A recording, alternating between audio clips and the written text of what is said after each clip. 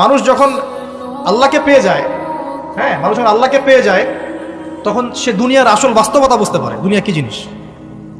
আলী রাদিয়াল্লাহু আনহুর একটা বই পড়ছিলাম, চিন্তা ভাবনাগুলো ওনার কিছু লেখা ছিল, কিন্তু এগুলো সব জায়গায় আসে নাই, এই বইগুলো সবাই পায় না, কিন্তু রেয়ার বই। ওখানে দুনিয়ার এক্সাম্পল দিচ্ছেন তিনি বলছেন দুনিয়া এমন জায়গা যেখানে কেউ যদি ডুব দেয়, সমুদ্রে ডুব দেওয়ার মতো জাস্ট ডুব দেয়, তাহলে তার আমল, যত নেক আমল, সব আমল কমে আসবে। এটা কিন্তু বাস্তব। তিনি বলছেন দুনিয়া হচ্ছে সাপের মতো। কেমন? সাপের মতো, ধরতে নাকি খুব সফট লাগে, কিন্তু এর বিষ যদি একবার ঢুকে দেয় শরীরে আর রেহাই নাই। কথাগুলোর গভীরতা অনেক। এক জায়গায় লিখছেন উনি যে আমি দুই শ্রেণীর মানুষকে নিয়ে খুব সমস্যা আছে।